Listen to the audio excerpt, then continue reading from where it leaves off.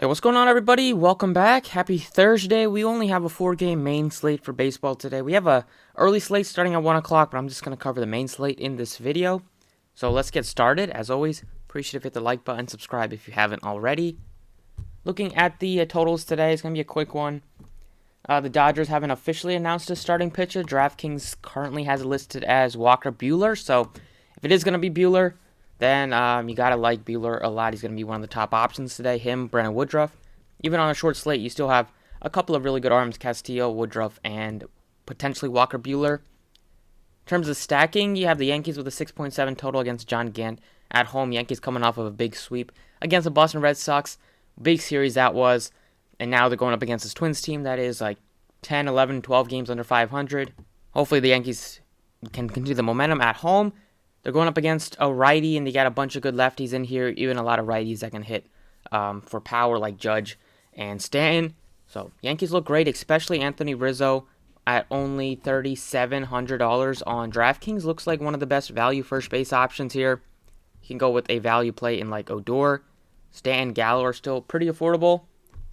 I like the Reds today. They're going up against Zach Thompson. A couple of Reds at least. Like Tyler Naquin has been hot recently. He's only $2,300 still. You can go with a cheap catcher if you needed to. Mustak is back in the lineup. He gives you some pop. You have Castellanos and Jonathan India. Continues to hit the ball really well. The Brewers side going up against a bad lefty in John Lester.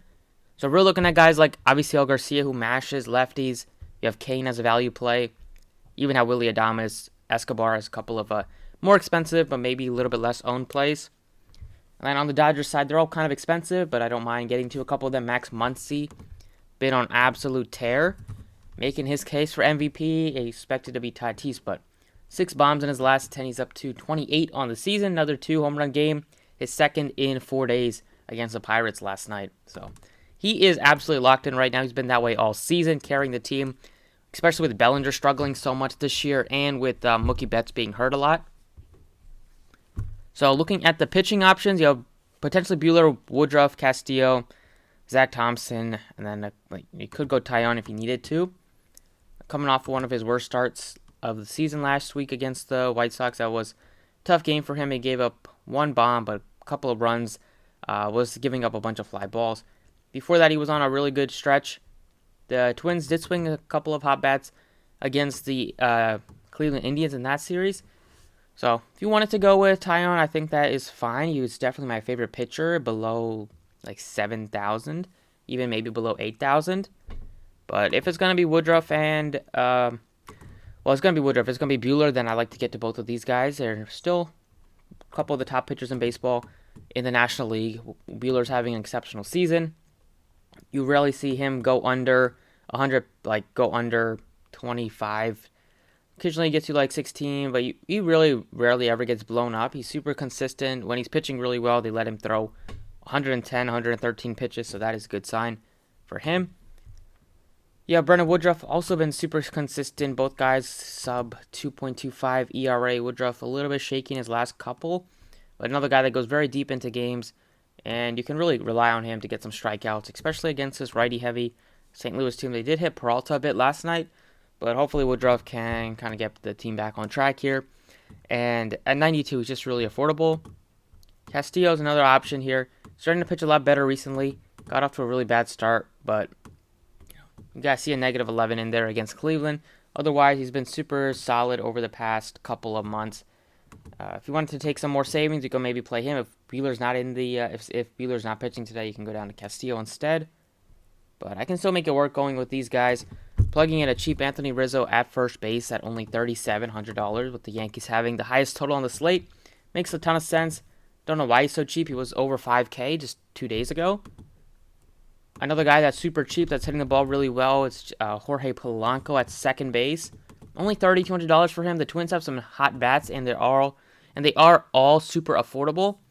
First guy that really jumps off is Jorge Polanco, switch hitter. 4 straight days with at least double digits in fantasy points. Gives you some stolen base upside, 10 on the season. And 3 straight 2-hit games. He's really locked in right now. Just super affordable. I think he makes sense as a cheap second baseman, especially looking at this with, I don't know why Betts is here, but he's out. But yeah, Muncy, Maybe trade Turner, India. You got like 3 or 4 guys here, and then you can go with a value play in Polanco if you don't want to pay up. Third base, basically looking at like Justin Turner, Escobar as the pay-ups, Moustakas, and then maybe looking to some of the value plays, like if Tyler Wade is in there. Luis Arraez is super cheap as well at only $2,500, and he's hitting the ball really well. 353 in his last 10 to go with a home run. In the outfield, we have a couple of guys that I like. First guy is Avisail Garcia. He is $4,300 against a lefty. He mashes lefties, going back to basically his whole career, especially over the past couple of seasons. And he's really locked in right now. He's carrying the team, much like Max Muncy. 23 bombs, 72 RBIs. He's getting super overlooked here. But with Christian Yelich having a really bad season, Garcia has really put the outfield on his back. 2 home runs for him last night. And against lefties, he's just really good. And he's just super locked in right now. 963 slugging. He has 5 bombs in his last 10 days, or last 10 games. So, gotta like him. Really nice price tag. And Lester is most likely going to give up a home run or 2. He's given up already 16 on the season. And then I like getting to another value play, and that's Tyler Naquin, another guy that's hitting the ball really well right now. He's only $2,300 with Jesse Winker. On the IL, you're going to see regular starts for Tyler Naquin, 419 in his last 10. Go with a couple of home runs. He gives you some power. Started off the season super hot, slowed down for a bit, but now it looks like he's kind of picked back up and been hitting the ball really well recently. Getting those consistent at-bats. Maybe it's starting to help him because he's starting to get everyday at-bats with Jesse Winker out. So that's about it on DraftKings. Going with those guys. Still leaves you with over 4,000 left to spend on your hitters. So plenty. Even if you go cheap at catcher, you can pay up for a couple of studs here in third base, shortstop, and outfield. That's basically it for DraftKings. Let's jump over to FanDuel. All right, on FanDuel here, we have kind of going Brandon Woodruff. They haven't posted Walker Buehler, so we'll see if it is him or not. But I like getting to Woodruff anyways. Rizzo is still a little bit more expensive based on the other guys, but I still like to get to him at $3,500. Moustakas is too cheap right now, $2,500. Tough to get away from that price tag. Corey Seager, $3,200. He was one of the best shortstops and got hurt for a bit, but now he's trying to pick it back up. Took him a little bit to get it going, but Dodgers winning 6 in a row. Seager's been a big part of that. He's been really hot recently.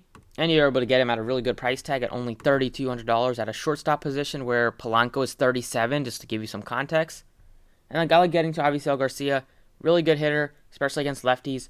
And Lester is not good, so kind of easy to go with Garcia if you are going to be looking at the Brewers or looking to get to a couple of those guys on the Brewers. So that's it for the video. Thank you for watching. Best of luck today, and I'll see you all next time.